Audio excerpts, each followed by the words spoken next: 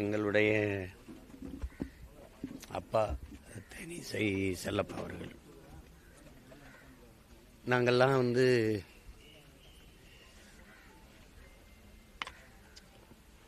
புழுக்களாக நெளிந்து கொண்டிருந்த எங்களெல்லாம் புலியாக மாற்றியது அவருடைய குரல் தான்.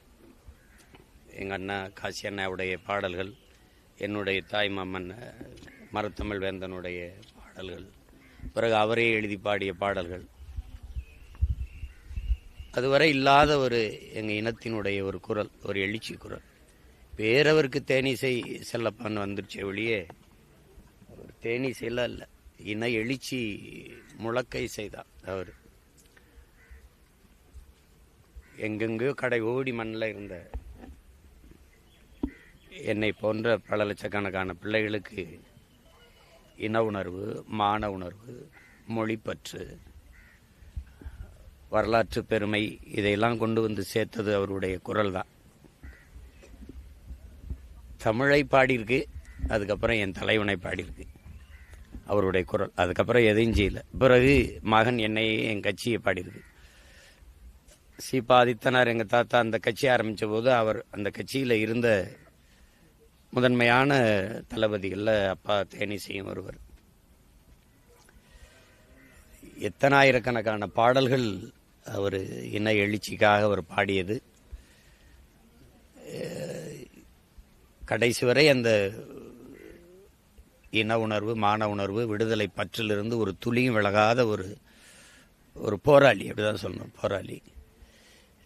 எங்கள் தலைவர் அவர்களால் பேரன்பு கொண்டு நேசிக்கப்பட்ட ஒரு பெரிய தமிழர், ரொம்ப நேசித்த ஒரு ஒரு ஒரு மகன்.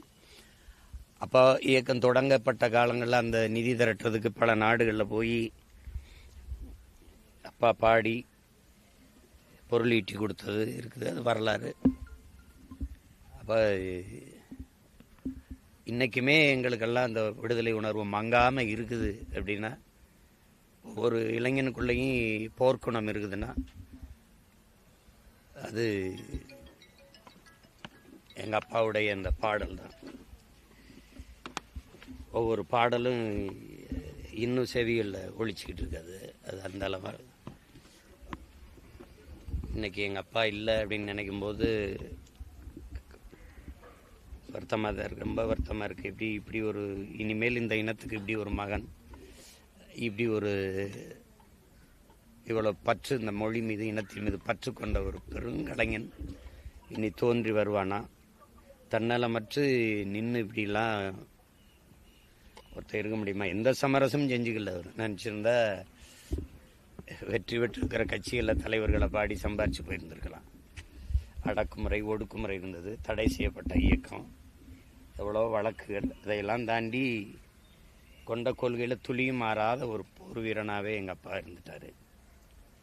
இந்த இழப்பை எதிர்பார்க்கல, உடம்புல சரியில்லை, முடியாமல் இருந்தார் அப்படின்னு. திடீர்னு உங்களுக்கு தெரியும், ஏற்கனவே ஒரு தடவை எங்கள் அப்பா இறந்துட்டார்னு செய்தியை கிளப்பிவிட்டாங்க.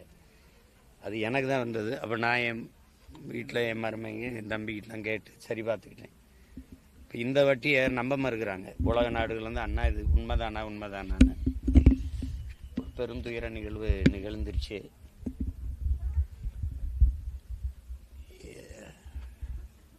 எங்கள் போராட்டம் வென்றிருந்தால் எங்கள் அப்பா இருந்திருக்க வேண்டிய இடமும் உயரமும் வேறு. பிள்ளைகள் நாங்களும் இன்றைக்கி போராடிட்டு தான் இருக்கோம். ஆனால் அவருடைய மூச்சு காற்று, அவர் குரல்லாம் இன்னும் எங்கள் காதுகளில் ஒழிச்சிக்கிட்டு தான் இருக்குது. அது இன்னும் எத்தனை 100 ஆண்டுகள் ஆனாலும் எங்கள் தலைமுறையை உசிப்பிக்கொண்டே இருக்கும் எங்கள் அப்பாவுடைய பாடல். அந்த பாடல்கள் இருக்கிற வரை எங்கள் அப்பா தமிழ் சமூகத்தோடு இணைந்து ரத்தமும் சதையுமா உணர்வோடு வாழ்ந்து கொண்டு தான் இருப்பாங்க. அதில் எந்த மாற்றம் இல்லை.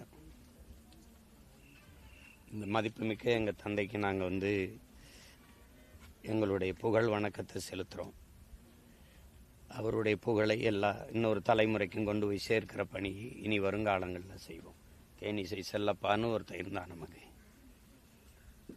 அரிதினும் அரிதா தோன்றி ஒரு துளி சமரசம் இல்லாமல் இந்த மண்ணுக்கு மக்களுக்குமாக தன் குரலால் போராடியவன்.